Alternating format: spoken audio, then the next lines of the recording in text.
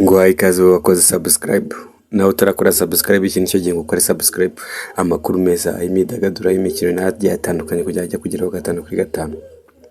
Mbere yuko dukomeza igikombe cy'isi kirarimbanije ariko reka dutera akajisho kuri Real Madrid. Real Madrid urabona ko iri serie iri kugura abakinnyi bagiye batandukanye kugira ngo irebe ko bas uyu mwaka w'imikino ya 2026-2027 yaziri serie ikareba ko ari ibikombe rimwe na rimwe, ikareba ko ari ibikombe yagenda yegukana ibikombe bya shampiyona, ibikombe bya Champions League. Uri kubona ko Real uyu mwaka ntabwo yitwaye neza.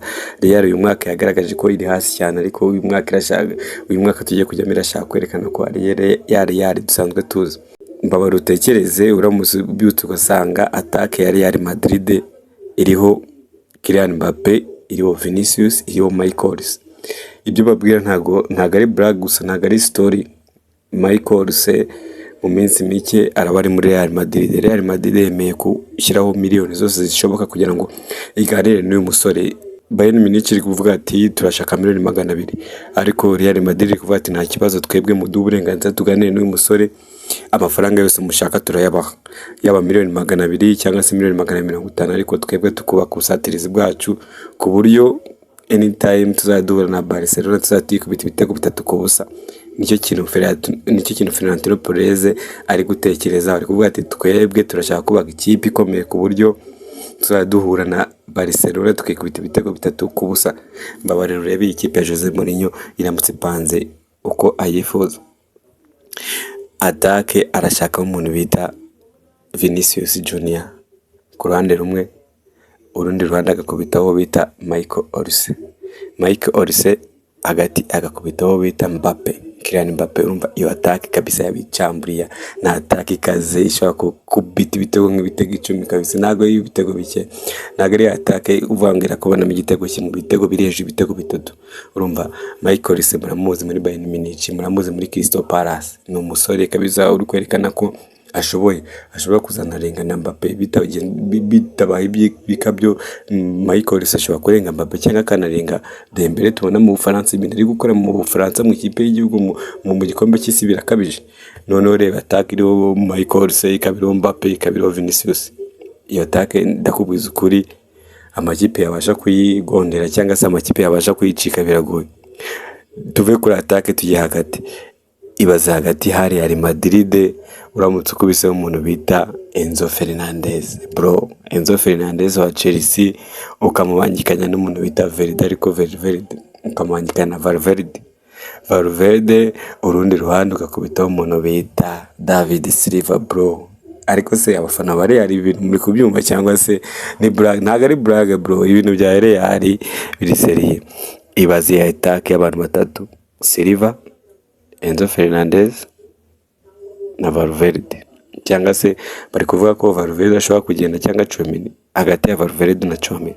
Ariko mvuyo mediane ya Enzo mwaramubonye ari kumwe na Caicedo. None ufata Enzo mushyire hagati ya Valverde mukubite Silva muramuzi passes, ni pass yajya kubita kwa Mbappé, indi pass akayitanga kwa Olise. Ni ibintu byaba bitangaje kabisa. Iyi line-up ndi kubaha niyo line-up y'umwaka utaha izaba ihagaze 2026-2027. Gusa ni line-up izatungura andi makipe, izatuma andi makipe agira ubwoba. Amakipe azatangira kuvuga ati ibintu ntago bibaho.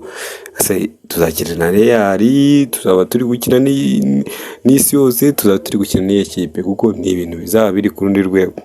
Umutoza Jose Mourinho muramuzi, ntago ari umuntu ukunda abantu batari seri, akunda abantu bakunda ikipe, akunda abantu baba bashaka kwerekana ko ikipe iri ku rundi rwego.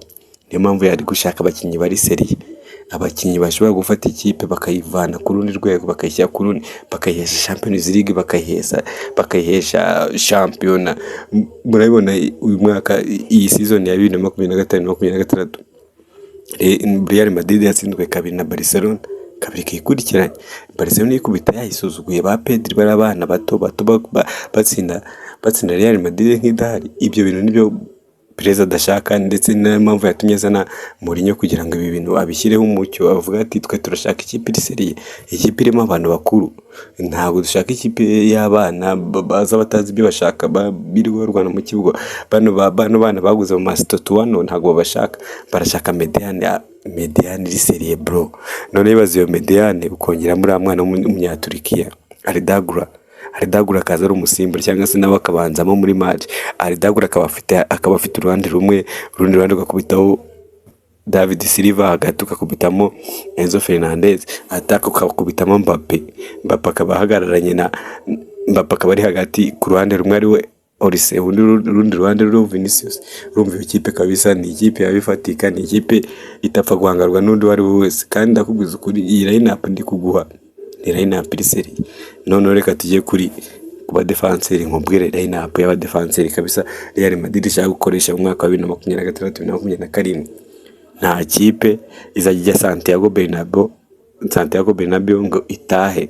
Ikipe izajya Santiago izagenda iri kwikandagiye kuvuga ati se ibyo tugiyemo turabizi cyangwa twemere maka. Nta kipe nimwe izagenda ivuga ngo turagiye ngo tugiye gutsinda ikipe, tugiye gukomeza wapi. Ikipe izajya ivuga ati nukugiyeyo gusa no kurangiza umuhango. Ntabwo iyi Real Madrid ishoboka.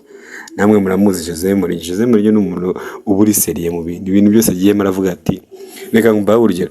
Reba Jose Mourinho ari muri Benfica, agiye muri Benfica uriya mwaka, ariko Benfica irangije sezo idatsinzwe umukino n'umwe, yaranganyaga ariko irangije sezo yose. Ibaze kumara umwaka wa sezo udatsinzwe umukino n'umwe. Ni cyerekana ko Jose Mourinho ari ibintu ashaka kubaka, ni ibintu yahoze yubaka kuva kera, ariko ashaka kubaka muri Real Madrid.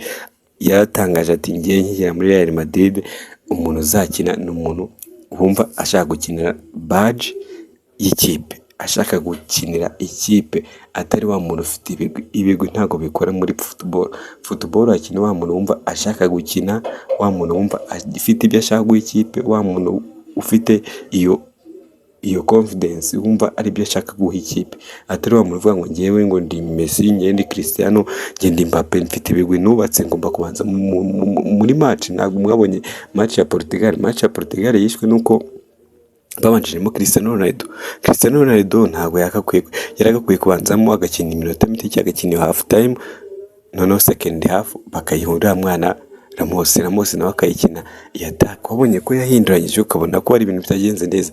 Ibyo byatewe n'ikintu kuba yaremeye kuvuga ngo uyu muntu afite izina agatuma umuntu akina kandi adakwiye gukina. Nicyo kintu rero Mourinho ari kurwana nacyo, ndetse na Perez bari kurwana no kugira ngo bubake ikipe ikomeye, ikipe ifite ishyaka ishaka gusubiza Real Madrid ku rundi rwego. Reka turebe defense ibaze defense ihagazemo reka turebe defense ishobora kuba ihagazemo ku rundi rumwe ugakubitamo Kukurera, hagati ugakubitamo ku rundi ruhande ugakubitamo Trent Alexander-Arnold, hagati ugakubitamo Konate, urundi ruhande ugakubitamo Dumfries muramuzi, ni umukinnyi ukomeye muri tere.